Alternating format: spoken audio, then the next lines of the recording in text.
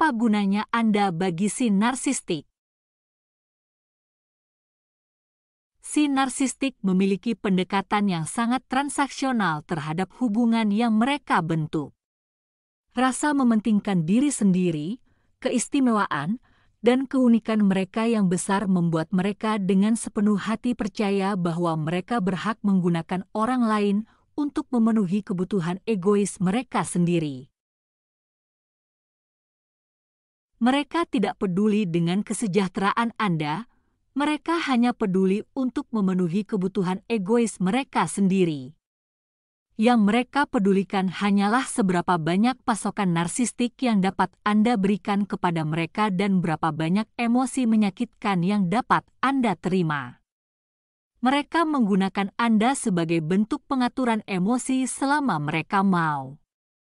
Saat si narsistik merasa menjaga hubungan dengan Anda tidak bermanfaat baginya, dia akan membuang Anda.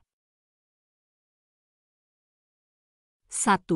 Si narsistik menggunakan Anda untuk suplai narsistik. Suplai narsistik adalah validasi, kekaguman, dan kepastian yang didapat dari lingkungan eksternalnya. Orang-orang yang menjalin hubungan dengan si narsistik adalah sumber suplai narsistik terbesar mereka. Si narsistik memiliki banyak pola perilaku narsistik, misalnya love bombing, mirroring, iming-iming masa depan, gaslighting, kemarahan narsistik yang dirancang untuk mendapatkan sebanyak mungkin suplai narsistik dari Anda. Suplai narsistik memainkan peran besar dalam stabilitas emosional si narsistik dan alasannya diyakini karena pola asuh masa kecil mereka. Pengabaian yang dialami oleh si narsistik dari pengasuh utama membuat mereka merasakan banyak emosi yang menyakitkan tentang diri mereka sendiri dan membuat mereka merasa tidak layak untuk diakui, dikagumi, atau diyakinkan. Untuk mendapatkan validasi, kekaguman, dan kepastian yang mereka perlukan untuk mengembangkan kesadaran diri, si narsistik merancang identitas yang dipalsukan untuk mendapatkannya dari lingkungan eksternal mereka. Hal ini memungkinkan mereka membangun persepsi diri yang salah sehingga mereka merasa nyaman.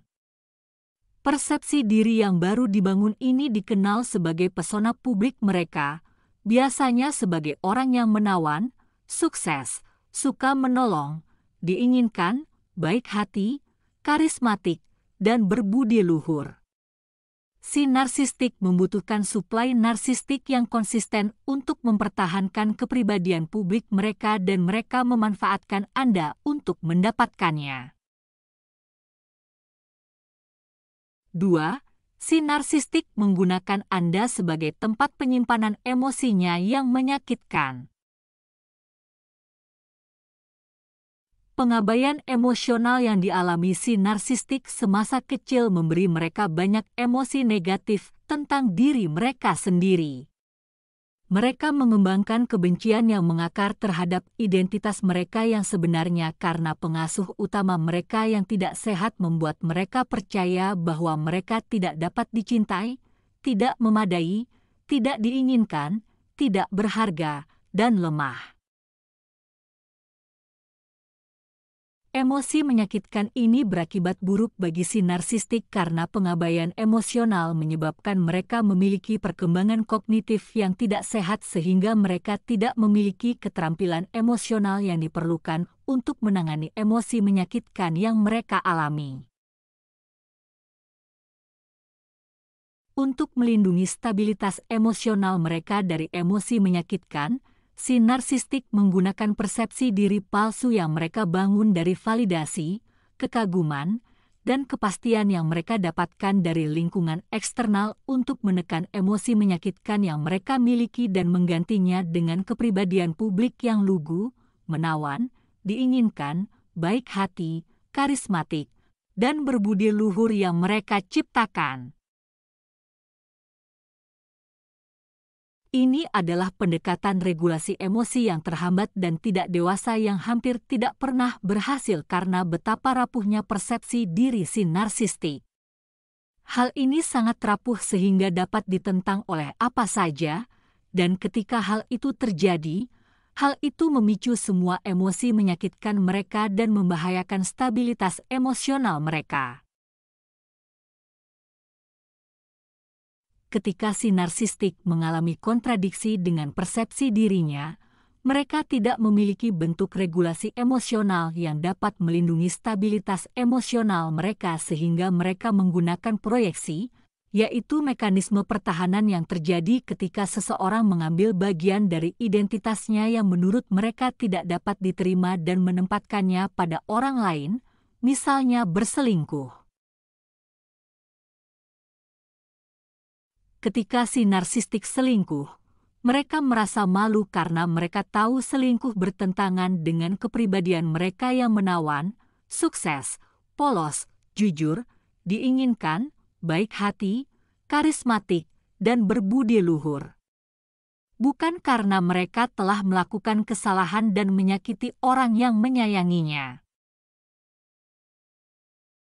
Agar tindakannya tidak memicu emosi negatif, mereka malah menuduh pasangannya selingkuh. Tuduhan ini adalah sesuatu yang mereka yakini sepenuh hati dan karena alasan inilah mereka mampu terus berbuat curang tanpa memicu emosi menyakitkan yang mereka pendam. Si narsistik juga menggunakan proyeksi untuk memproyeksikan emosi menyakitkan atau ketidakstabilan emosi mereka kepada orang lain ketika persepsi diri mereka bertentangan. Mereka akan membuat korbannya mengalami banyak penghinaan, devaluasi, dehumanisasi, pengabaian, minimalisasi, dan degradasi untuk menghancurkan stabilitas emosional korban.